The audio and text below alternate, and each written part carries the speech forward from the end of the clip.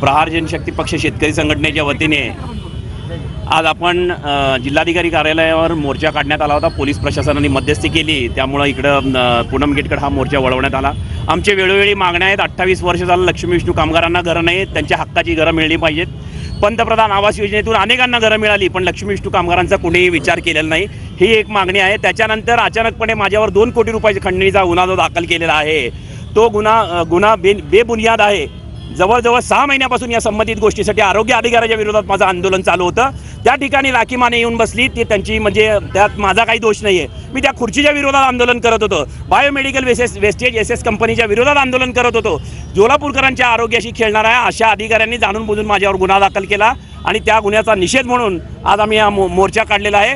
तिसरी जी मागणी आहे आमची, मुस्लिम आणि मराठा समाजाला आरक्षण हे कायमस्वरूपी मिळाले पाहिजे। 5% आरक्षण मुस्लिमांना मंजूर केलेलं आहे, पण त्याची म्हणजे हे अजून हे केलेलं नाही आहे, ते मिळणं फार गरजेचं आहे। मराठा समाजाला सुद्धा आरक्षण मिळणं गरजेचं आहे, जेणेकरून या सर्व मागण्याच्या सहित आज आम्ही जिल्हाधिकारी कार्यालयावर मोर्चा काढलेला होता। पण पोलिसांनी मध्यस्थी केल्यामुळं हा मोर्चा म्हणजे तात्पुरता आपण आता थोड्या वेळात स्थगित करणार आहोत। यापुढे आम्ही आक्रमकपणे मुख्यमंत्र्यांच्या घरावर अचानकपणे हजारो कार्यकर्त्यांसह आंदोलन केल्याशिवाय राहणार नाही।